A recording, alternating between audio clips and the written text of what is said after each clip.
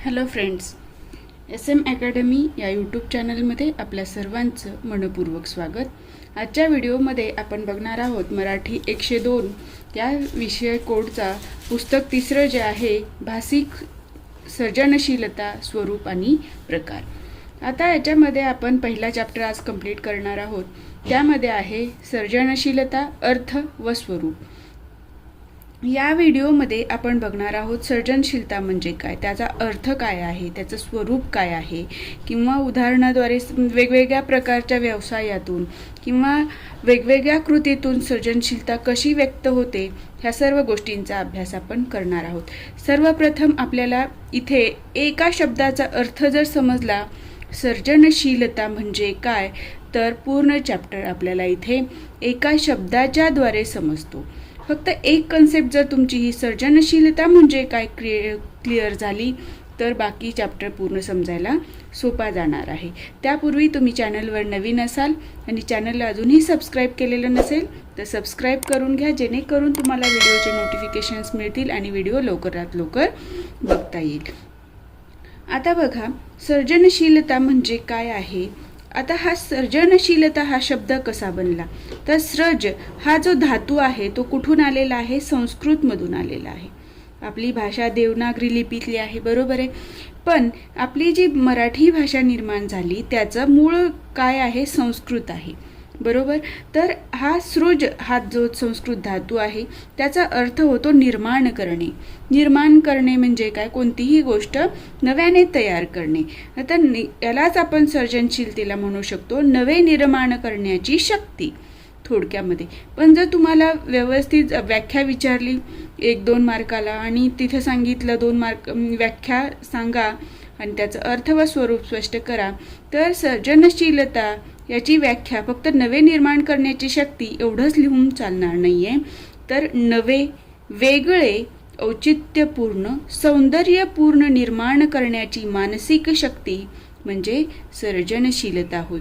आता ह्या सर्जनशीलतेलाच काय म्हणतात इंग्रजीमध्ये, क्रिएटिव्हिटी। हा शब्द तर आपल्या सर्वांना माहिती असतो। तुझी क्रिएटिव्हिटी काय आहे, असं किती बरेच जण प्रश्न विचारतात। तर क्रिएटिव्हिटी म्हणजे काय, तुझं स्वतःचं काय निर्माण केलं, त्यात जे आहे तसंच उचललं की दुसऱ्यांचं अनुकरण केलं। जसं आपण बघतो पुस्तकात, उदाहरणच घ्यायचं झालं तर आपल्याला सोपं उदाहरण बघा, आपली परीक्षा आहे, बरोबर। आपण पुस्तकातला कंटेंट जसंच्या तसं उचलून परीक्षेत पाठ करून लिहिणं, याला सर्जनशीलता म्हणू शकतो का आपण, नाही। तर सर्जनशीलता काय आहे, पुस्तकातलं तुम्ही वाचन केलात, ते तुम्हाला समजलं आणि तुम्ही स्वतःच्या भाषेमध्ये, स्वतःच्या भाषाशैलीमध्ये योग्य मांडणी करून ते जर व्यक्त केलं उत्तर, तर तिथे तुमची काय झाली, सर्जनशीलता झाली, क्रिएटिव्हिटी झाली। आता कुंभार एखादी वस्तू तयार करतोय, माठ तयार केला, सिंपल आहे हा माठ, ठीक आहे, हे तर कॉमन सगळे करतात। पण याच्यावर जर त्यांनी कलाकुसर काढली तर म्हणजे इथं काय झालं, त्याचं हे वेगळेपण झालं आणि ही त्याची काय झाली, क्रिएटिव्हिटी झाली।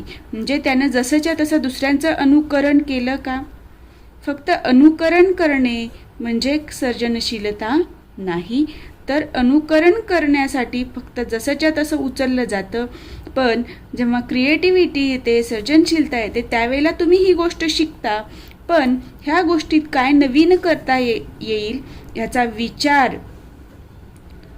तुमच्या कल्पना हे जे आहेत त्याच्यातून तुम्ही काहीतरी नवीन सौंदर्यपूर्ण निर्माण करता। म्हणजे ह्या माठाचंच आपण उदाहरण घेतलं तर हे फक्त प्लेन माठ तयार करणं हे काही तिथे काय झालं, अनुकरण झालं। पण याच्यावर कलाकुसर काढणं, याच्यामध्ये रंग भरून वेगवेगळ्या गोष्टी करणं किंवा याचा आकार वेगळं करणं, म्हणजे हे तुमच्या डोक्यामध्ये आलेल्या विचार आहेत, कल्पना आहेत आणि त्याच्या अनुषंगाने तुम्ही एखादी कृती केली आणि ती सौंदर्यपूर्ण झाली। एखादा प्लेन माठ बघितला आणि एखादी कलाकुसर असलेला माठ बघितला तर आपण कुठल्या गोष्टीकडे अट्रॅक्ट होतो, तर जे कलाकुसर केलेलं माठ आहे त्याच्याकडे, बरोबर आहे, कारण ते सुंदर दिसतं। म्हणजे काय होते, ती कलाकृती सौंदर्यपूर्ण निर्माण होते, लक्षात आलं। आणि ही सौंदर्यपूर्ण कृती करण्यासाठी हे विचार, कल्पना जे येतात ती काय आहे, मानसिक शक्ती आहे, लक्षात आलं। आपल्या मनात निर्माण होणाऱ्या ह्या भावना आहेत आणि त्याची कृती केली आणि आपण एखादी गोष्ट औचित्यपूर्ण म्हणजे काय, इतरांपेक्षा वेगळं, आपल्याला सुचेल असं, दुसरे कुणाला सुचणार नाही अशी गोष्ट. म्हणून सर्जनशीलतेची परिपूर्ण व्याख्या काय होते? नवे, वेगळे, औचित्यपूर्ण, सौंदर्यपूर्ण निर्माण करण्याची शक्ती. लक्षात आलं? आता जर तुम्हाला हा सर्जनशीलता म्हणजे काय हा घटक समजला असेल तर तुम्हाला कुठल्याही प्रश्नाचं उत्तर विचारलं तर ते तुम्ही इझिली आता देऊ शकणार आहात. आता इथे बघा, सर्जनशीलता म्हणजे काय ते सांगून सर्जनशीलतेचे स्वरूप लिहा, हा प्रश्न आपल्याला परीक्षेमध्ये येऊन गेलेला आहे. तर आता इथे काय लिहायचं आहे आपल्याला? ह्याचं उत्तर लिहिताना सर्जनशीलतेची व्याख्या लिहायची आहे आणि त्याचं स्वरूप लिहायचं आहे. आता स्वरूप म्हणजे काय असतं हे लक्षात घ्या. स्वरूप म्हणजे एखादी गोष्ट, आता तुझं स्वरूप काय आहे म्हटल्यानंतर किंवा तुझ्या कुटुंबाचं स्वरूप काय आहे म्हटल्यानंतर आपण काय सांगतो? कुटुंबात व्यक्ती किती आहेत, कुटुंबाचा व्यवसाय काय आहे, ह्या ज्या गोष्टी आहेत म्हणजे कुटुंबाशी रिलेटेड गोष्टी, म्हणजे त्याचं काय झालं इथे स्वरूप झालेलं आहे. तसंच सर्जनशीलतेचं स्वरूप असू द्या किंवा कुठल्याही घटकाचं स्वरूप विचारलं तर त्या गोष्टीमध्ये कोणकोणत्या गोष्टींचा समावेश होतो त्या सर्व गोष्टी या घटकामध्ये, स्वरूप या घटकामध्ये येतं. म्हणजे कुठल्याही प्रश्नाचं उत्तर असू द्या, कुठल्याही ह्याचं स्वरूप जर विचारलं तर त्यामध्ये कोणत्या गोष्टी येतात ह्या तुम्हाला आता क्लिअर झाल्या. आता इथे व्याख्या काय? नवे निर्माण करण्याची शक्ती म्हणजे सर्जनशीलता होय. पण याआधी मी तुम्हाला परिपूर्ण व्याख्या काय सांगितली? नवे, वेगळे, औचित्यपूर्ण आणि सौंदर्यपूर्ण निर्माण करण्याची मानसिक शक्ती म्हणजे सर्जनशीलता होय. हे तुम्हाला इथे व्याख्यामध्ये पूर्ण लिहायचं आहे. मी ते रिपीट घेतलेलं नाही आहे इथे, ठीक आहे? म्हणजे इथे तुम्हाला हे लिहायचं आहे आधी. सर्जनशीलता म्हणजे काय? नवे निर्माण करण्याची शक्ती म्हणजे सर्जनशीलता होय. सृज या संस्कृत शब्दापासून, इथे धातू असायला पाहिजे होतं, या धातूपासून याची निर्मिती झाली आहे. सृज म्हणजे निर्माण करणे होय. आणि सृजनशीलतेसाठी माणसाकडे इच्छा व शक्ती या दोन्ही गोष्टीची आवश्यकता असते. आणि नंतर लिहायचं, याची परिपूर्ण व्याख्या अशी करता येईल की नवे, वेगळे, औचित्यपूर्ण निर्माण करणे, सौंदर्यपूर्ण निर्माण करण्याची मानसिक शक्ती म्हणजे सर्जनशीलता होय. लक्षात आलं? आता याचं स्वरूप बघूया. आता या स्वरूपमध्ये काय येईल? माणूस हा सर्जनशील प्राणी आहे हे आपल्याला माहिती आहे. आपण क्रिएट करतो वेगवेगळ्या गोष्टी, जशा आहेत तसं ठेवतो का? नाही, काहीतरी वेगळे पण असतं. जसं की आधी मोटेनं पाणी ओढलं जाईल, शेताला पाणी दिलं जायचं, पण आता काय केलं? त्या मोटेच्या ऐवजी आपलं मोटार निर्माण केली, बरोबर आहे, म्हणजे इंजिन तयार केलं. त्याऐवजी नंतर काय झालं? पाईपलाईन झाली. म्हणजे इंजिननं पाणी फक्त विहिरीतनं काढलं आणि पाटात टाकलं असं चालायचं आधी. नंतर आपण काय केले? पाईपलाईनची व्यवस्था केली. नंतर ठिबक सिंचन केलं, पाण्याचा म्हणजे पाणी कमी झालं, साठा कमी आहे त्याचा वापर केला पाहिजे. म्हणजे इथे काय झालं? माणसाची सर्जनशीलता उपयोगाला आली. माणसानं स्वतःचा विचार केला, स्वतःची बुद्धी वापरली आणि नवीन काहीतरी घडवून आणलं. तर माणूस हा सर्जनशील प्राणी आहे व हे माणसाचे व्यवच्छेदक लक्षण आहे, म्हणजे विशेष असं लक्षण आहे. हे पुस्तकातला शब्द आहे, तुम्हाला जर हा लक्षात येत नसेल तर विशेष असं लक्षण आहे किंवा त्याची ही विशेषता आहे असं म्हणू शकता तुम्ही. भाषा निर्मिती ही माणसाची सर्वात महत्त्वपूर्ण सर्जनशील कृती आहे. भाषेची निर्मिती केली माणसांनी, त्यामुळे आपण एकमेकांशी संपर्क साधू शकतो, एकमेकांशी बोलू शकतो. म्हणजे भाषा ही खूप महत्त्वाची निर्मिती आहे. सर्जनशीलता हीच मानवी अस्तित्वाची खरी ओळख मानावी लागेल. म्हणजे जर भाषाच नसती तर सर्जनशीलताच नसती तर भाषा आली नसती. म्हणजे माणूस एकमेकांशी कसं वागावं, कसं बोलावं ह्या गोष्टी शिकलाच नसता. म्हणजे माणसाची खरी ओळख काय आहे तर सर्जनशीलता हीच माणसाची खरी ओळख आहे हे तुम्हाला सांगायचं आहे. काहीतरी नवे निर्माण करण्याची माणसा म्हणजे उपजत ओढ असते, उपजत असते, बरोबर आहे. तुम्हाला कसं वाटतं? मला छान मार्क्स मिळाले पाहिजेत इतरांपेक्षा, मी याचं उत्तर छान पद्धतीने लिहिलं पाहिजे, म्हणजे ही तुमची ओढ झाली. तुम्हाला मार्क्स चांगले मिळावे ही तुमची ओढ झाली, तुमची इच्छा झाली. लक्षात आलं? कशाच्या तरी निर्मितीसाठी माणूस सतत उत्सुक असतो. नाविन्याची व नवनिर्मितीची ओढ असल्यामुळेच मनुष्य निर्मित संस्कृती, धर्म, कला, विज्ञान तंत्रज्ञान, शासन संस्था, सामाजिक संस्था, कुटुंब, समाज यांना आकार मिळाला. बघा, मनुष्याची इच्छा होती की काहीतरी घडलं पाहिजे, चांगलं असलं निर्माण झालं पाहिजे, म्हणून काय झालं, मानवानं संस्कृतीची निर्मिती केली, मानवाने धर्माची निर्मिती केली, मानवानी कला निर्माण केल्या, चित्रकला असू द्या, शिल्पकला असू द्या किंवा नृत्यकला असू द्या, नाट्यकला असू द्या. विज्ञान तंत्रज्ञान मानवाने निर्माण केलेली ही सर्जनशीलता आहे, बरोबर आहे. शासन संस्था, आपला कारभार व्यवस्थित चालावा म्हणून शासन निर्माण केले आणि ती संस्था निर्माण केली, म्हणजे ह्या सर्व गोष्टीतनं काय दिसतं, मानवाची सर्जनशीलता दिसते. म्हणून ह्या सर्जनशीलतेचे हे काय आहे, स्वरूप आहे. ह्या स्वरूपामध्ये काय काय लिहिलं, माणूस सर्जनशील प्राणी आहे, त्याचं हे व्यवच्छेदक लक्षण आहे. आणि भाषा ही निर्मिती ही सर्जनशीलता सर्वात महत्त्वपूर्ण आहे. मानवाची खरी ओळख सर्जनशीलता आहे. परत माणसामध्ये उपजत ओढ असते, माणूस सतत उत्सुक असतो काहीतरी नवीन करण्यासाठी. आणि ह्या सर्व गोष्टीमुळेच संस्कृती, धर्म, कला, विज्ञान तंत्रज्ञान, शासन संस्था, सामाजिक संस्था, कुटुंब, समाज यांना आकार मिळाला. आणि म्हणूनच काय झालं, अशा निर्मितीमधून माणूस आणि त्याचा व संस्कृतीचा विकास घडून आला. ह्या स्वरूपामुळेच काय झालं तर माणसाचा, त्याचा स्वतःचा आणि संस्कृतीचा विकास घडून आला. आणि सर्जनशीलता ही मूलभूत प्रेरणा असून तीच माणसाला जगवते आणि वाढवते. जर सर्जनशीलताच नसती तर माणूस काय तेच जगला असता, कंटाळवाणं जीवन झालं असतं आणि त्यात वेगळे पण काही नसतं. लक्षात आलं. या पद्धतीने तुम्हाला याचं उत्तर लिहायचं आहे. 75 ते 100 शब्दामध्ये उत्तर लिहायचंय. आता मी हे तुम्हाला लिहून दिलं. आता यातलं जसंच्या तसं लिहायची आवश्यकता आहे का? नाही, जसंच्या तसं लिहिलं तरी चालतं, पण तुम्ही हे समजून घ्या आणि स्वतःच्या भाषेमध्ये व्यक्त व्हा, ते जास्त इफेक्टिव्ह होईल. जर अर्थ समजला, पद्धत समजली तर तुम्ही हे इझिली उत्तर पुढे लिहू शकता. ठीक आहे. आता पुढचा काय प्रश्न आला होता बघा. सर्जनशीलता म्हणजे काय आणि सर्जनशीलता ही एक मानसिक शक्ती आहे, स्पष्ट करा. म्हणजे प्रत्येक वेळेला जेव्हा प्रश्न आलेला आहे तेव्हा सर्जनशीलता म्हणजे काय यावर प्रश्न आलेलाच आहे. ठीक आहे. मी ती परिपूर्ण व्याख्या प्रत्येक वेळेस लिहिलेली नाही, कारण काय तर ती तुम्हाला लक्षात राहावी आणि तुम्ही तुमच्या मनाने ते उत्तर लिहिताना ॲप्लिकेशन त्या गोष्टीचं करावं म्हणून. ठीक आहे. आता इथे काय, सर्जनशीलता म्हणजे काय हे आपल्याला माहिती आहे. आपण पहिल्या प्रश्नाचं उत्तर पण बघितलं. नवे निर्माण करण्याची शक्ती, सर्जनशीलता सृज या धातूपासून तयार झाला. आता इथे बघा, त्याची व्याख्या लिहा. नवे, वेगळे, औचित्यपूर्ण व सौंदर्यपूर्ण निर्माण करण्याची मानसिक शक्ती म्हणजे सर्जनशीलता होय. आता सर्जनशीलतेतून अपूर्व वस्तू निर्माण क्षमतेचे सूचन होते. आता ह्या शब्दाचा अर्थ काय आहे? आता हा पूर्ण शब्द तुम्ही एकदम वाचलात तर लक्षात येणार नाही आपल्या पुस्तकातल्या. अपूर्व वस्तू निर्माण आणि क्षमता, ह्या 4 शब्दांचं एकत्रीकरण करून हा शब्द निर्माण झाला आहे. अपूर्व वस्तू निर्माण क्षमतेचे सूचन होते. म्हणजे काय, अपूर्व म्हणजे काय, आधी पूर्वी घडलं नाही असं कुठलंही कृत्य.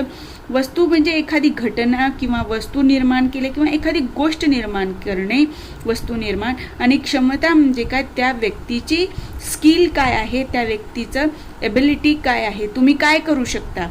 म्हणजे सर्जनशीलतेतून अपूर्व वस्तू निर्माण क्षमतेचे सूचन होते. हे कसं लक्षात आलं? हा शब्द कसा निर्माण झाला आणि याचा का वापर केला जातो? कारण अपूर्व म्हणजे काय, कधीही पूर्वी कुणीही निर्माण केली नाही अशी वस्तू निर्माण करण्याची एखाद्या व्यक्तीची क्षमता म्हणजेच काय झाली, इथे सर्जनशीलता झाली. नव्या वस्तूची कल्पकतेने केलेली निर्मिती ही सर्जनशीलता असते. आता इथे विचारलेलं आहे, सर्जनशीलता ही एक मानसिक शक्ती आहे, स्पष्ट करा. आपण काय बघितलं होतं व्याख्येमध्ये? वेगळे, नवे, औचित्यपूर्ण, सौंदर्यपूर्ण निर्माण करण्याची मानसिक शक्ती. म्हणजे आपल्याला माहिती आहे की सर्जनशीलता ही मानसिक शक्ती आहे. मी तुम्हाला ह्याचं उत्तर पहिलं, सर्जनशीलता हे कन्सेप्ट सांगताना शिकवताना सांगितलेलंच आहे. तर याचं उत्तर असं लिहायचं आहे तुम्हाला. सर्जनशीलता ही निर्मिती केवळ आधीच्या एखाद्या वस्तूचे वा साच्याचे अनुकरण नसते. म्हणजे तुम्ही फक्त अनुकरण करून एखादी वस्तू निर्माण केली असं नाही पाहिजे. नवकल्पना किंवा नव्या प्रतिभांची सौंदर्यपूर्ण मांडणी, नवविचारांची निर्मिती किंवा नव्या प्रतिमांची सौंदर्यपूर्ण मांडणी इत्यादी गोष्टींचा सर्जनशीलतेत समावेश होतो. म्हणजे काय सांगितलं इथे? अनुकरण नसतं तर काय असतं? नवीन निर्माण करायचं आहे, सौंदर्यपूर्ण काहीतरी गोष्टी पाहिजे. प्रतिभा म्हणजे काय असते? तर तुमचे ज्ञान असतं. ह्या सर्व गोष्टींचा तुम्हाला वापर करायचा आहे आणि नवीन विचार, नवीन निर्मिती करायची आहे आणि या गोष्टींचा काय होतो? सर्जनशीलतेत समावेश होतो. याशिवाय अज्ञाताचा वेध घेणे, सर्वमान्य व ठरीवपणापासून दूर राहणे. अज्ञाताचा वेध घेणे म्हणजे काय? जे माहीत नाही ते शोधून काढण्याची आपली वृत्ती. सर्वमान्य व ठरीवपणापासून दूर राहणे. सर्वमान्य म्हणजे काय? सगळ्यांना मान्य आहे. म्हणजे मी तुम्हाला जसं माठाचं उदाहरण दिलं, माठ बनवलं कुंभारानं, ते प्लेन माठ बनवलं, ते सगळ्यांना मान्य आहे. आणि हे सर्वमान्य व ठरीवपणापासून दूर राहणे म्हणजे जी गोष्ट ॲक्सेप्ट केलेली आहे त्या गोष्टीपासून दूर राहणे, त्यापेक्षा वेगळा विचार करणे. ठीक आहे. साचेबंदपणा टाळणे म्हणजे त्याच प्रकारची गोष्ट करण्याऐवजी नवीन काहीतरी करणं किंवा त्यात वेगळेपण आणणं. अशा क्रिया सर्जनशीलतेशी संबंधित आहेत आणि अशा प्रकारची नवनिर्मिती घडविण्याची इच्छा व शक्ती माणसाजवळ असणे अत्यंत आवश्यक असते. त्याशिवाय नवनिर्मिती होऊच शकत नाही. बरोबर आहे. जर इच्छाच नसेल माणसाची आणि त्याची शक्ती, इच्छा आहे. आता समजा एखादा हाताने अपंग व्यक्ती आहे, ठीक आहे, आणि त्याला म्हणायचं आहे की मी खूप सुंदर माठ बनवणार आहे, त्याला इच्छा आहे, पण त्याच्याकडे चाक ओढता येत नाही आहे, त्याला हात नसल्यामुळे, किंवा त्याच्याकडे माती जमा करण्याची शक्ती नाही आहे, तो पाणी आणून तो मातीत टाकून माती बनवू शकत, म्हणजे चिखल बनवू शकत नाही. तर इथे काय, ह्याच्यासाठी काय लागते? शक्तीची आवश्यकता असते. म्हणजे ही नवनिर्मिती घडण्यासाठी किंवा सर्जनशीलता घडण्यासाठी काय असते? इच्छा आणि शक्ती ह्या दोन्ही गोष्टी खूप महत्त्वाच्या आहेत. फक्त इच्छा आहे म्हणून होणार आहे का? नाही. शक्ती आहे पण करण्याची इच्छाच नाही तर ती गोष्ट घडणार आहे का? नाही. तर नवनिर्मिती घडविण्याची इच्छा व शक्ती माणसाजवळ असणे अत्यंत आवश्यक असते. त्याशिवाय नवनिर्मिती होऊ शकत नाही. एखादी कृती किंवा कला घडविण्यासाठी आधी मानसिक चिंतन करावे लागते. बरोबर आहे. एखादी गोष्ट कशी लिहू किंवा उत्तर कसं लिहू मी प्रश्नाचं, यात काय काय येतं याच्यात तुम्हाला आधी उत्तर विचार करावा लागतो परीक्षेमध्ये प्रश्न वाचल्यानंतर. बरोबर. म्हणजे इथं तुमचं काय झालेलं आहे? मानसिक चिंतन झालेलं आहे. जर समजा आपल्याला काही एखादी गोष्ट घ्यायची आहे आईवडिलांकडनं, त्यावेळेला आपण विचार काय करतो? आता मी आईला किंवा बाबांना कसं सांगू? काय सांगितल्यानंतर ते मला हो म्हणतील? कुठल्या पद्धतीने बोलू मी तर मला ती गोष्ट मिळेल? बाईक घ्यायची आपल्याला समजा, तर आपण मनवण्याचा प्रयत्न करतो. म्हणजे आधी आपण काय करतो? मनात आपल्या चिंतन करतो की मला कसं बोलायचं आहे आणि ती गोष्ट मला कशी मिळवायची आहे. म्हणून आधी मानसिक चिंतन करावं लागतं व त्यासोबतच वैचारिकताही असावी लागते. म्हणजे आपण विचार केला की मला असं बोलायचंय, पण ते जर भडकले आपल्यावर, तुला कशाला बाईक पाहिजे, तर त्यावेळेला आपण शांत होणं म्हणजे राहणं ही वैचारिकता आहे. लक्षात आलं? म्हणजे मानसिक चिंतन करावे लागते व त्यासोबतच वैचारिकता असावी लागते. आणि ह्या सर्व गोष्टी म्हणजे काय आहे? मानसिक शक्ती आहे. म्हणूनच काय म्हणलं जातं? सर्जनशीलता ही एक प्रकारची मानसिक शक्ती आहे असे म्हटले जाते. लक्षात आलं? सर्जनशीलता म्हणजे काय आणि याची मानसिक सर्जनशीलता ही एक मानसिक शक्ती आहे, स्पष्ट करा. या प्रश्नाचं उत्तर तुम्हाला या पद्धतीने लिहायचं आहे. ओके. आता आपण पुढच्या प्रश्नाकडे वळूयात. आता बघा, हा प्रश्न आलेला होता 2019 मध्ये. ठीक आहे. मे 2019च्या परीक्षेला आलेला होता. तर हे जे पहिले 2 प्रश्न घेतले ते बऱ्याच वेळा रिपीट झालेले आहेत. आता हा प्रश्न फक्त 19 मध्ये आला. मानवी कृतीमधून व्यक्त होणारे सर्जनशीलता सोदाहरण लिहा. सोदाहरण म्हणजे काय? उदाहरणासहित लिहा. आता मानवाच्या कोणकोणत्या कृतीमधून सर्जनशीलता दिसते आपल्याला ते लिहायचे. आणि ह्या प्रश्नाचं उत्तर तुम्ही तुमच्या भाषेमध्ये ढोबळ मानाने कुठल्याही व्यवसायाचं उदाहरण घ्या किंवा स्वतःचं उदाहरण घ्या, विद्यार्थी घ्या, परीक्षार्थी घ्या, काहीही घेऊन तुम्ही याचं उत्तर लिहू शकता. असं काही साचेबंद नाही आहे की तुम्हाला मी दिलेल्या उदाहरणातून किंवा पुस्तकातलीच मी घेतलेली आहेत हेच तिथे लिहिणं अपेक्षित नाही आहे. तर मानव आपल्या दैनंदिन उपजीविकेच्या गरजा भागविण्यासाठी विविध कृती करतात वा व्यवसाय करतात. मानव काय करतो? आपण आपल्या दररोजच्या गरजा भागवण्यासाठी काहीतरी व्यवसाय करतो, काहीतरी काम करत असतो आणि या दैनंदिन कार्यातून मानवाची सर्जनशीलता आपणास दिसून येते. नव्या नव्या कल्पना प्रत्यक्षात आणणे, जुन्या वस्तू आणि साधनांमध्ये सुधारणा करीत राहणे ही सर्जनशीलतेची लक्षणे आहेत. म्हणजे नव्या कल्पना प्रत्यक्षात आणणे म्हणजे काय? त्याचं घडवणे त्या गोष्टी आणि प्रत्यक्षात आणणे. म्हणजे तुमच्या डोक्यात आहेत, फक्त तसंच न ठेवता त्या दुसऱ्यांनाही दिसल्या पाहिजेत. याला काय म्हणलेलं आहे?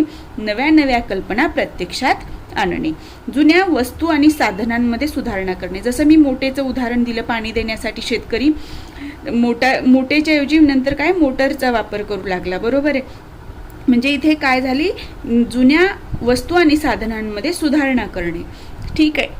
आता बघा, उदाहरणं देऊन तुम्हाला हे कशी सर्जनशीलता मानवी कृतीतून व्यक्त होते ते सांगायचे. मी उदाहरण घेतलेलं आहे कुंभार, शेतकरी आणि स्वयंपाक करणारी स्त्री, जे पुस्तकात आपल्या उदाहरण दिली. कुंभार काय करतो? माती, चाक व काठी यांच्या मदतीने आपल्या हस्तकौशल्यातून मातीच्या विविध आकार आणि कलाकुसरीच्या मातीची भांडी बनवतो. कुंभाराची ही कला त्याच्या सर्जनशीलतेची ओळख पटवते, बरोबर आहे. हे झालं. आता शेतकरी काय करतो? शेताची मशागत करतो, लागवड करतो, पिकांना पाणी देतो, नांगर, पांबर, मोठ या अवजारांचा वापर करतो. म्हणजे किंवा इथं तुम्ही सांगू शकता पाण्याची कमतरता असेल, ठिबक सिंचनाचा वापर करणं. म्हणजे इथे वेगवेगळे उदाहरणं देऊन तुम्ही माणसाची म्हणजे मानवी शेती करणे ह्या मानवी कृतीतून कशी सर्जनशीलता दिसून येते ते तुम्हाला सांगायचं आहे. तसंच स्वयंपाक करणारी स्त्री, घरात धान्य नसतं पण त्या वस्तूचा वापर करून वेगवेगळे पदार्थ आपल्याला आपली आई बनवून देत असते किंवा घरात जे कोणी व्यक्ती असेल ती आपल्याला वाढत असते. म्हणजे आपण जेव्हा म्हणतो की काय तेच ते बनवते, कंटाळा आला, म्हणजे तिथे आपण काय म्हणतो? मला नवीन काहीतरी करून दे. म्हणजे ते नवीन काहीतरी करणं, त्या चवीमध्ये बदल करून आणणं. म्हणजे इथे काय झाले? त्या स्वयंपाक करणाऱ्या स्त्रीची सर्जनशीलता झालेली आहे. लक्षात आलं? किंवा वेगवेगळ्या पद्धतीने बघा डिशची मांडणी केली जाते हॉटेल्समध्ये वगैरे, ते अट्रॅक्टिव्ह दिसतात. ही सुद्धा काय असते? सर्जनशीलता असते. अशा प्रकारे विविध मानवी कृतीतून आपणास नवनिर्मितीची जाणीव होते व ही एक प्रकारची सर्जनशीलताच आहे. ठीक आहे. तुम्हाला या प्रकारे उत्तरं लिहून हे करायचं आहे. तुम्हाला जे उदाहरणं द्यावे वाटतील ते तुम्ही देऊ शकता. आता आपण बघणार आहोत पुढचा प्रश्न, जे आपल्या स्वाध्यायामध्ये म्हणजे आलेले आहेत. आता त्याचं मी या प्रश्नाचं उत्तर तुम्हाला डिटेल सांगणार नाही, कारण ऑलरेडी मी ते घेतलेलं आहे. सर्जनशीलतेचे 8 घटक कोणते त्यांची यादी करा. ठीक आहे.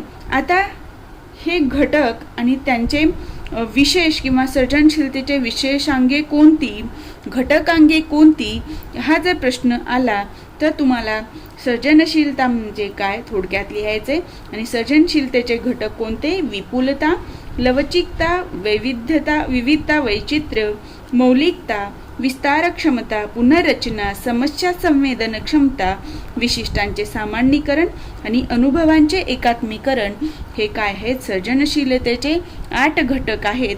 हे तुम्हाला माहीत आहे आणि यापूर्वी मी व्हिडिओ बनवलेला आहे. मिस सुरेखा या यूट्यूब चॅनलवर तुम्हाला तो मिळेल, ते तुम्ही बघून घ्या. म्हणजे तिथे मी हे डिटेल तुम्हाला तिथे व्यवस्थित शिकवलेलं आहे. प्रत्येक शब्दाचा अर्थ काय होतो किंवा आता यावरच फक्त असंच प्रश्न येईल असं नाही, तर सर्जनशीलतेतील मौलिकता या घटकाविषयी माहिती द्या किंवा सर्जनशीलता म्हणजे काय आणि सर्जनशीलतेचं घटकांग, विशिष्टांचे सामान्यीकरण करणे म्हणजे काय, या घटकाविषयी माहिती द्या असाही प्रश्न येऊ शकतो. त्यामुळे तो व्हिडिओ तुम्ही नक्की बघा, जेणेकरून तुम्हाला त्याचं व्यवस्थित उत्तर लिहिता येईल. आता दुसरा प्रश्न होता, फुले या शब्दास विशेषण लावून 3 नवे शब्द घडवा. आता फुले आपल्याला फुलं माहिती आहेत. आता ह्या फुले या शब्दाला काय विशेषण लावायचे, म्हणजे ती फुलं कसल्या प्रकारची आहेत. विशेषण म्हणजे काय, एखाद्या व्यक्तीविषयी किंवा एखाद्या गोष्टीविषयी विशेष माहिती सांगणे. आता बघा, एखादी मुलगी आहे, ठीक आहे, ती मुलगी आहे, कशी आहे, आपण जर म्हणलं ही मुलगी आहे किंवा हा मुलगा आहे, तो कसा आहे, तर आपण काय म्हणतो, उंच आहे, कोण म्हणणार ठेंगणा आहे, गोरी आहे, सावळी आहे, काळी आहे, ठीक आहे.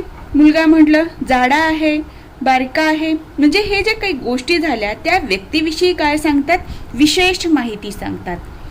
बरोबर आहे, म्हणजे त्यांची काय झाली, ही विशेषणे झाली. तसंच आपल्याला फुलांना काय द्यायचंय, विशेषण लावून 3 शब्द बनवायचे. जसं आपण घेतलं आनंदी फुले, लाल फुले, हसरी फुले, लाजरी फुले, ठीक आहे. आता हे जे विशेषण लावलं जातं त्याला हे काय आहे, सृजनशीलतेच्या कुठल्या घटकामध्ये येतं, तर विविधता, वैचित्र्य किंवा लवचिकता. फुले आपण कधी बघितलंय का आनंदी फुले असतात म्हणून, म्हणजे ते कधी हसतात का, आनंद व्यक्त करतात का, हसतात, लाल असतात हे मान्य, पण ह्या ज्या आपल्या भावना आहेत, आपल्याला ज्या त्या फुलाकडे बघितल्यानंतर ज्या आपल्या मनामध्ये व्यक्त होणाऱ्या, म्हणजे मनाला ज्या स्पर्श होणाऱ्या भावना आहेत, त्यातून काय झालं, वैचित्र्य आलं, विविधता आली, ठीक आहे.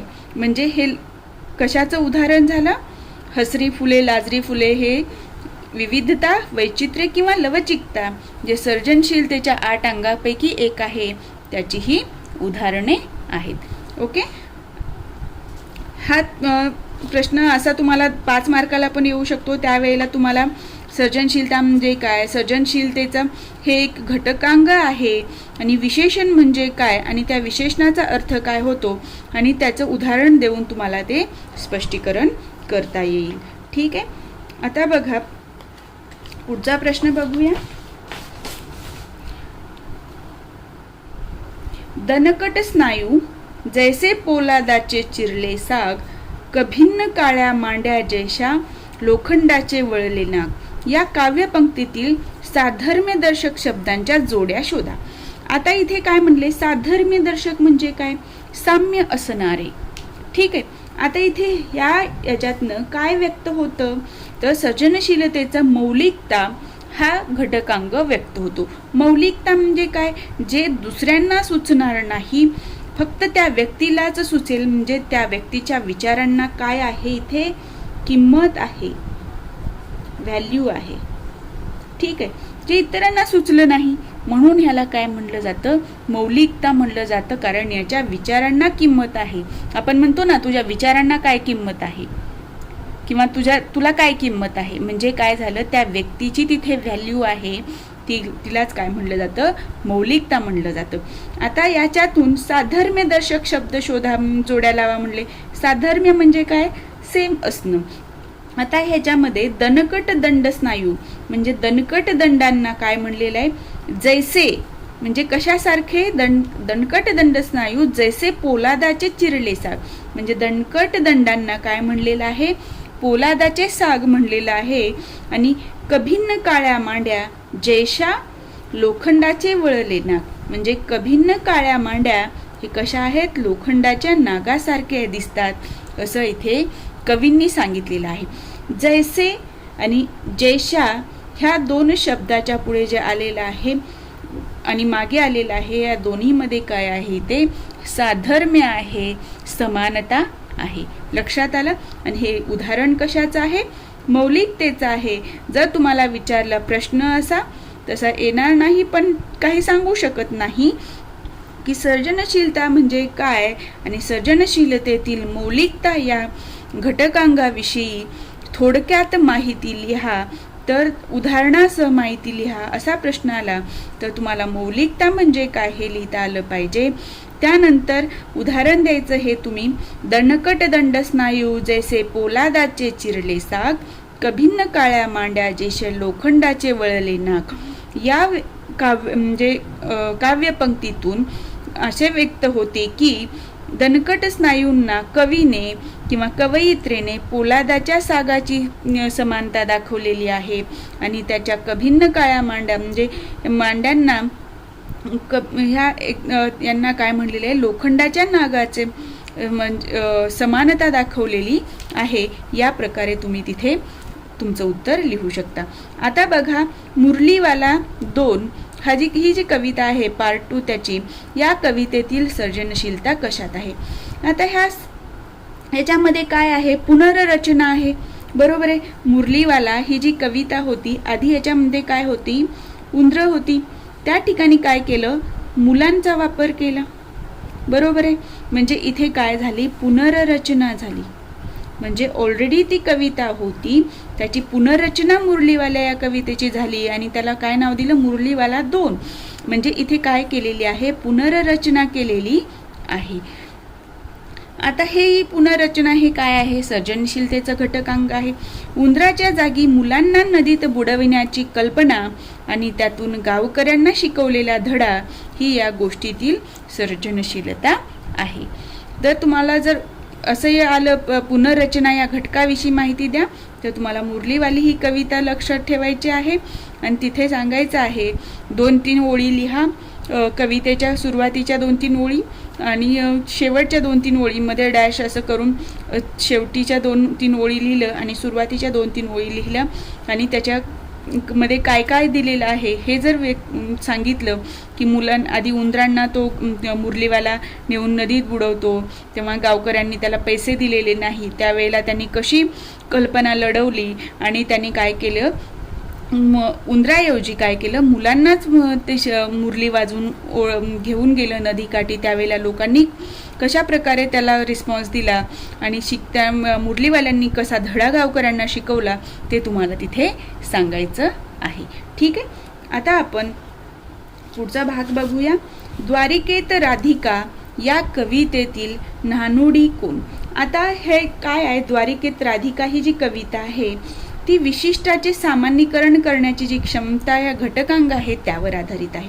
विशिष्टाचे सामान्यीकरण म्हणजे काय, तर त्या व्यक्तीलाच अनुभव आला. म्हणजे बघा, आता मी आणि तुम्ही ह्या 2 व्यक्ती आहोत, ठीक आहे. मला जे वाटलं ते माझं पर्सनल मत आहे, तुम्हाला जे वाटलं ते तुमचं पर्सनल मत आहे. पण ह्या दोन्ही व्यक्तींनी काय केलेलं आहे की मला काय वाटतं किंवा तुम्ही जे व्यक्ती आहात त्यांनी काय केलं, दोघांनी पण, की मला जे वाटतं ते सर्वांनाच असं वाटेल किंवा असं घडेल हे जे व्यक्त केलं गेलं. म्हणजे इथे माझ्या पर्सनल जे अनुभव आहेत ते सर्वांसाठी काय केलं, सामान्यीकरण केलं.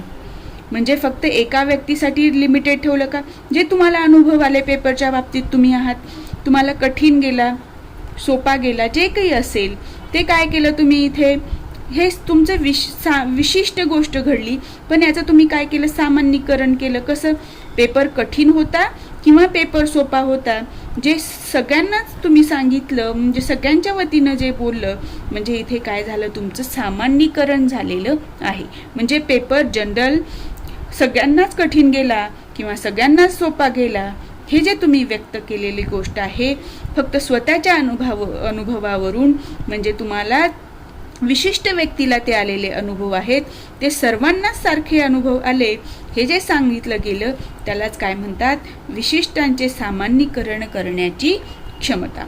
ठीक आहे. नानुडी हे काव्यातील मीने घेतलेले राधिकेचे रूप आहे. नानुडी म्हणजे काय, त्या कवितेमध्ये जी नानुडी स्वतःला म्हणते ती काय आहे, मी स्वतः आहे. जी कवयित्री आहे ती काय आहे, मी आहे. तिने काय केलं, स्वतःलाच राधिका समजून घेतली, राधा समजून घेतलं. ठीक आहे. अंगावर गुलाल व अबीर पडणे ही सर्वसाधारण घटना आहे, परंतु आपणच मनाने राधा होऊन, म्हणजे जी राधिका द्वारिकेत कधीच पोहोचली नाही, राधा कृष्णाकडे कधी द्वारकेत गेली आहे का, नाही, पण तिच्या अंगावर ह्या व्यक्तीच्या जी कवयित्री आहे किंवा त्याच्या अंगावर जो गुलाल अबीर पडला, त्यांनी सांगितलं की मी मनाने राधा झाले. आणि काय झालं, कृष्णाचा प्रसाद म्हणून गुलाल व अबीर झेलीत राहणे यात अनुभवाचे वैचित्र्य आहे. म्हणजे इथे अनुभवाचे वैचित्र्यच आहे ना, फक्त अंगावर गुलाल पडला, अबीर पडला, पण त्या व्यक्तीनं काय फील केलं, मी स्वतः काय आहे, राधा आहे, म्हणजे ती मनाने राधा झाली आणि असं समजून घेतलं की कृष्णाचाच हा प्रसाद आहे आणि स्वतःला या पद्धतीने व्यक्त केलं की राधिका ही द्वारकेत पोचलेली आहे. ठीक आहे. या मौलिक अनुभवातले खाजगीपण संपवून, म्हणजे हे सगळं जे काही वाटलं ते आपल्याला वाटलं का? नाही, तर ह्या व्यक्तीला वाटलं ज्यांनी अनुभव घेतला त्याला. तर या मौलिक अनुभवातले खाजगीपण संपवून त्याला काव्यरूप देताना कवीने या अनुभवाचे सामान्यीकरण केले आहे. आता इथे काय सामान्यीकरण म्हणजे काय, तर आपल्या वैयक्तिक खाजगी अनुभवाचे खाजगीपण घालवून त्या अनुभवाचे सामान्यीकरण करणे म्हणजेच काय आहे, विशिष्टाचे सामान्यीकरण करण्याची क्षमता आहे. हे एका वाक्यात तुम्हाला उत्तर लिहायचंय तर एवढंच लिहा. नानुड्या हे काव्यातील मीने घेतलेले रूप आहे. पण जर तुम्हाला यावर विशिष्टाचे सामान्यीकरण करण्याची क्षमता या घटकांगाविषयी माहिती जर विचारली तर तुम्हाला या प्रकारे त्याचं उत्तर लिहायचं आहे. समजतंय? थोडंसं कठीण वाटतं सुरुवातीला, पण तुम्ही 1-2 वेळा जर ऐकलात तर हे तुमच्यासाठी इझी होईल. ठीक आहे. आता वाङ्मयीन सर्जनशीलतेचे स्वरूप स्पष्ट करा हा प्रश्न बऱ्याच वेळा येऊन गेलेला आहे. तर हे जे सुरुवातीचा भाग आहे ते आपल्याला माहितीच आहे. भाषा ही स्वतः सर्जनशील असते. भाषेचा वापर वाङ्मय निर्मितीत म्हणजेच साहित्यात सौंदर्यपूर्णरित्या केला जातो. भाषा स्वतः सर्जनशील आहे, म्हणजे भाषेचाच वापर केला जातो वाङ्मय निर्मितीत. वाङ्मय म्हणजे काय? साहित्य. जसं कविता लिहिणं आहे, निबंध लेखन आहे, साहित्य लेखन आहे, त्याला काय म्हणतो आपण? वाङ्मय म्हणतो. आणि या भाषेचा वापर काय केला जातो? वाङ्मय निर्मितीत केला जातो. आणि साहित्यात आपण जसं बोलतो तशीच भाषा नसते, तर ती सौंदर्यपूर्ण असते. त्यात विशिष्ट अशा गोष्टींना म्हणजे त्याचं कसं एक सजवून ती गोष्ट सांगितली जाते. कवीला किंवा लेखकाला आपोआप कसे सुचते व का सुचते याचा विचार केल्यास ते त्यांना मिळालेल्या अनुभवातून सुचत असते असे आपणास म्हणता येईल. जसं आपण बघितलं सर्जनशीलता कशी घडते, एखादी गोष्ट जसं आपण बघितलं की हा प्रश्न मी तुम्हाला आता उत्तर सांगते, पण याच्यातून तुम्हाला सुचेल की नाही याऐवजी मी या पद्धतीने लिहिलं तर जास्त बेटर होईल. म्हणजे इथे काय आहे, तुम्हाला आलेले अनुभव आणि याच्यातनं तुम्हाला सुचतं की म्हणजे मी कसं व्यक्त व्हावं. ठीक आहे. सराव, प्रयत्न, मुक्त कल्पनाशक्ती, कल्पना साहचर्य, व्युत्पन्नता, अभिरुची संस्कार, तात्कालिक कृती व स्फूर्ती यांना सर्जनशीलतेत महत्त्वाचे स्थान आहे. कोणकोणत्या घटकांना स्थान आहे ते लक्षात ठेवा. सराव झाला पाहिजे, प्रयत्न झाले पाहिजेत, मुक्त कल्पनाशक्ती पाहिजे, कल्पना साहचर्य म्हणजे कल्पना हवी, उत्पन्नता, अभिरुची पाहिजे, संस्कार पाहिजे, तात्कालिक कृती पाहिजे आणि ती करण्याची स्फूर्ती पाहिजे. आणि या सर्व गोष्टींच्या मदतीने वाङ्मय निर्माण होत असतं. एखादा साहित्यकार कादंबरी लिहितो त्यावेळेला त्याच्याकडे यातल्या काही गोष्टींना स्थान असणं महत्त्वाचं आहे, तरच ते कादंबरी लिहिली जाते. उदाहरणच घ्यायचं झालं तर सुंदर ते ध्यान उभे विटेवरी करकटावरी ठेवून या ही जी अभंग आहे संत तुकोबा महाराजांचं, त्यांनी हे जे अभंग लिहिलं म्हणजे हे काय आहे, वाङ्मय आहे. या वाङ्मयामध्ये त्यांनी विठोबाचं कसं वर्णन केलेलं आहे, त्यांच्या आभूषणांचं. आपल्याला विठ्ठलाची मूर्ती सगळ्यांना माहिती आहे, सावळ्या रंगाचे विठ्ठल असतात. मग त्यांच्या कमरेला काय असतं, त्यांच्या कानात काय आहे, गळ्यात काय आहे, या सर्व गोष्टींचं जे वर्णन आपण फक्त म्हणतो की म्हणजे त्यांचे हात कमरेवर ठेवलेले आहेत किंवा त्यांच्या शेला बांधलेला आहे, कानातले अडकवलेले आहेत मूर्तीच्या, म्हणजे हे आपण जनरल बोलतो. पण त्याच्यातनं असं अट्रॅक्शन वाटतं का? नाही. तर संत तुकोबा महाराजांनी ज्या पद्धतीने यांचं वर्णन केलं ते महत्त्वाचं आहे. आणि हा संत तुकारामांचा अभंग आहे. या तुकोबांनी विठ्ठलांच्या बाह्यरूपाचे वर्णन करताना त्यांच्या अंतरूपाचे, प्रतिभारूपाचे सौंदर्य दर्शनही घडविले आहे. विठ्ठल मूर्ती आपण सर्वजण पाहतो, परंतु विठेवर उभा असलेल्या या पाषाण मूर्तीत तुकोबांना साक्षात परमेश्वर रूप दिसतं. म्हणजे आपल्याला फक्त मूर्ती दिसते, पण त्यांना काय दिसतं? तुकोबांना साक्षात परमेश्वर रूप दिसते. त्यांच्या अनुभवामध्ये भक्तीची उत्कटता आहे. त्यामुळे तुळशीहार, मकर कुंडले, कौस्तुभ मणी यातले सौंदर्य त्यांना वाचता येते. आपल्याला वाचता आलं का? नाही, पण हे तुकोबांना याच्यातलं सौंदर्य वाचता आलं. म्हणजे इथे काय झालं? वाङ्मय निर्मितीमध्ये ह्या भाषेचा वापर झाला आणि कशी झाली? वाङ्मय सौंदर्यपूर्ण झालेलं आहे. साहित्यात सर्जनशीलता ही केवळ कारागिरी असत नाही. फक्त कारागिरी आहे का? तर नाही, तर ती कलावंताची वृत्ती असते. म्हणजे इथे जे भाव, जी वृत्ती तुकोबा महाराजांची आहे ती इतर कारागिरांची असत नाही, तर ती कलावंतांची वृत्ती आहे. भक्ती किंवा त्यांना परमेश्वर रूप दिसणं ही त्यांची काय झाली? तिथे वृत्ती झाली. अनुभवाकडे पाहण्याची लोकविलक्षण दृष्टी असते.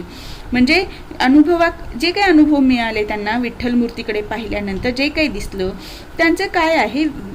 दृष्टी कशी आहे? लोकविलक्षण दृष्टी आहे. अनुभवाला शब्दरूपात संघटित करण्यातली नावार्थमूलक संरचना आहे. मूळची सर्जनशील प्रतिमा असावी लागते, ती जोपासावी लागते. अभ्यासाने, व्यासंगाने या प्रतिभा किंवा गुणांचा व सर्जनशीलतेचा विकास घडवावा लागतो. म्हणजे वाङ्मयीन सर्जनशीलतेचे स्वरूप स्पष्ट करा असं जेव्हा येतं त्यावेळेला तुम्हाला सांगायचं की भाषा स्वतः सर्जनशील आहे, ती सौंदर्यपूर्ण आहे. मग ती कसं सुचते, का सुचते, याचा स्वतःला आलेल्या अनुभवातून सुचते आणि ती वाङ्मय निर्मिती करण्यासाठी ह्या घटकांचा उपयोग होतो. आणि उदाहरण द्यायचं तुम्हाला सुंदर ते ध्यान या अभंगाचं, जे तुकोबा महाराजांनी लिहिलेलं आहे. आणि इथे तुम्ही असं म्हणू शकता, जे मी तुम्हाला ओरली सांगितलं तसं, की इथे सर्वसामान्य व्यक्ती या पद्धतीने बघेल, पण तुकोबारायांना परमेश्वर रूप दिसलं त्या पाषाण मूर्तीमध्ये. आणि त्या मूर्तीवर जे काही तुळशीहार आहे, मकर कुंडल आहेत, म्हणजे कानातले आहेत, कौस्तुभमणी आहे, ह्या सर्व गोष्टीतून त्यांना काय व्यक्त झालं. आणि फक्त साहित्याची निर्माण करणे म्हणजे कारागिरी नसते, तर ती कलावंताची वृत्ती असते. आणि त्या कलावंतांचं त्या अनुभवाकडे पाहण्याची लोकविलक्षण दृष्टी असते, जी आपल्याकडे नव्हती, ती तुकोबा महाराजांकडे होती दृष्टी. बरोबर आहे. आणि याला नवीन रचना घडविण्यासाठी ह्या सर्व गोष्टींसाठी इथे काय अभ्यास असावा लागतो, व्यासंग असावा लागतो, प्रतिभा असावी लागते. आणि याच्यातूनच वाङ्मय निर्मिती होते, हे तुम्हाला इथे सांगायचं आहे. ठीक आहे. आता आपण बघूया शेवटचा प्रश्न याच्यातला. मी एका चॅप्टरमध्ये तुमचं पूर्ण कव्हर करण्याचा प्रयत्न केलेला आहे इथे, कारण तुमची परीक्षा जवळ आलेली आहे. आता शेवटचा प्रश्न बघा. विठ्ठलाच्या पाषाण मूर्तीतील सौंदर्य अलंकार कोणते? हा प्रश्न येण्याची दाट शक्यता आहे. नेहमी त्याच प्रकारचे प्रश्न येतील असं आपण मानू शकत नाही.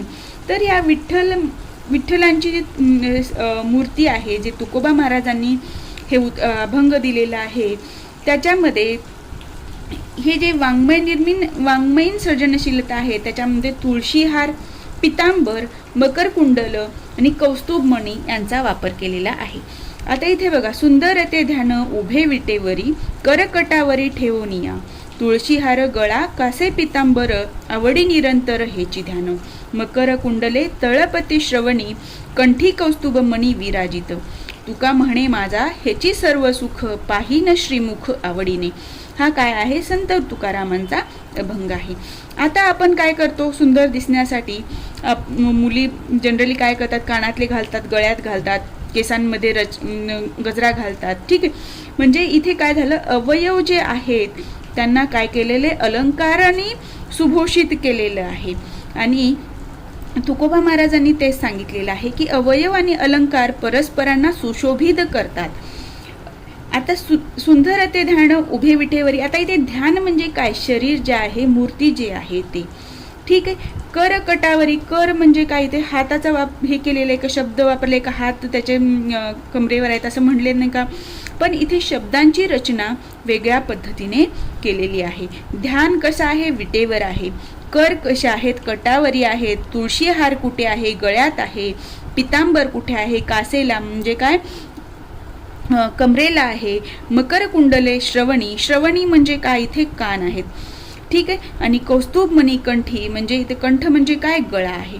म्हणजे तुम्हाला ह्या गोष्टीतनं लक्षात येतं याच्यातनं की जर विचारलं प्रश्न असा की ध्यान कविता दिली किंवा या वाङ्मय सर्जनशीलता याच्यामध्ये हे उदाहरण दिलं, पूर्ण कविता दिली परीक्षेमध्ये, अभंग दिला आणि सांगितलं की यातल्या अधोरेखित केलेल्या शब्दांचा अर्थ सांगा, तर तुम्हाला सांगता आलं पाहिजे ध्यान म्हणजे काय, रूप, कर म्हणजे हात, कास म्हणजे कंबर, श्रवणी म्हणजे कान आणि कंठ म्हणजे गळा.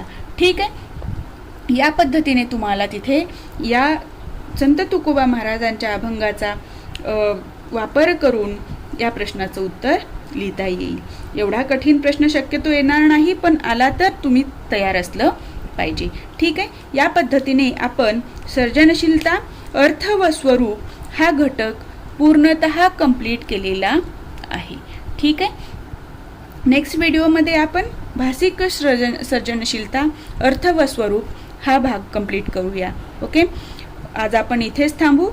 त्यापूर्वी तुम्ही चॅनलवर नवीन असाल आणि चॅनलला अजूनही सबस्क्राईब केलेलं नसेल तर सबस्क्राईब करा, जेणेकरून तुम्हाला व्हिडिओचे नोटिफिकेशन्स वेळेत मिळतील आणि व्हिडिओ लवकरात लवकर बघता येईल आणि तुम्हाला त्याचा परीक्षेमध्ये उपयोग होईल.